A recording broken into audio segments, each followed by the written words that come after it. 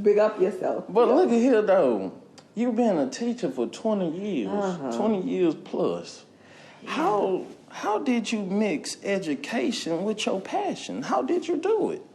Well, I was a communications studies major in college. Okay. So initially, my plan was to get into interviewing and media. Okay. That was it. So mommy was like, hey, you need a plan B. So she's like, go get certified to teach because you're always going to have a job. So my first certification was special education. Okay. You don't always need special education to teach. Okay. A lot of special folks. Yeah, I was one of them. You know what I'm saying? Yeah, I was one of them. I became special after teaching it for 8 years, but that's another topic. Yeah. Nonetheless, I got certified to teach. And so it just got stuck. And then I started coaching basketball. And so that became, a thing. And so I just got kind of stuck in it. Talking about in the education. In the education. Lord Jesus, I'm trying to get out. Tyler. It looked like you can't get. It looked like she can't get out of it. Lionsgate, Easter break. Somebody come pick me up, okay? Nah.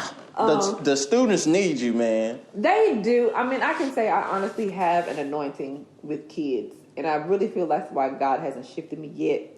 I'm feeling like a shift is happening because a lot of things are opening up right now, but not to the point to where I'm finna be crazy and leave my job, my bread and butter, and I'm like, But I do have an anointing with kids. I'm very influential, and I've worked with some of the worst kids, and kids that I've taught well over 15, 20 years ago who are adults now, who are in their 30s, still reach out to me. My makeup artist is one of them. Family.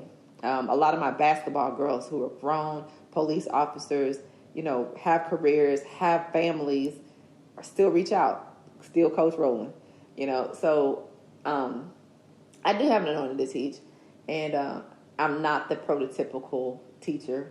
I'm sort of the antithesis of teacher type because I don't look like a teacher. I don't really act like a teacher. I'm kind of rogue and rebellious on certain things. You gangstified. Standardized tests. And I can get a kid to pay attention, the worst of the worst kids. Because I'm like one of the raw teachers, you know what I'm saying? Yeah, we need that. Though, like, man, I was one of them. I got this one teacher called Miss Nelson. That's my baby right there. That's like my mom's, you know what I'm saying? Like my second mom's, you know what I'm saying, was very active with me. But it's like, even though you was teaching and being there for the students, it's like, why you did not let your dream bypass you even though you had a career? Got comfortable with the steady check coming in and having a means to live. So you did let your dream pass you by or you didn't? I did for a very long time because, I got so involved with basketball. And that was the thing at the time for me. I was a basketball coach. I love the game. I played the game.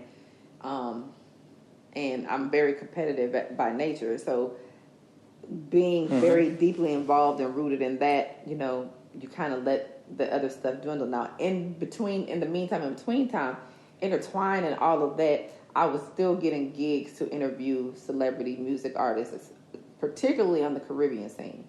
Like I said, I didn't get my first movie until like 2016.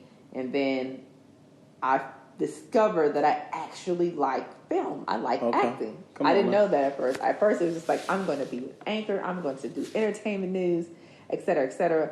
But when I got that little taste of acting, I was like, yo, this is kind of dope, Okay. And so from that point, that movie, I saw Vincent Victoria had an audition.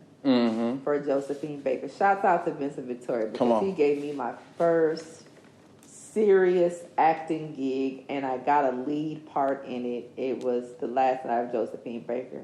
Yeah. And I played alongside Erica and some very phenomenal actors and actresses. So shouts out to Vivi for giving me a chance. You gave me a chance too. Right. I will always be grateful for that.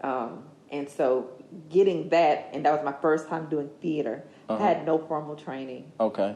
Didn't take any acting classes, none of that. Just dove right in that thing. You already said you were special.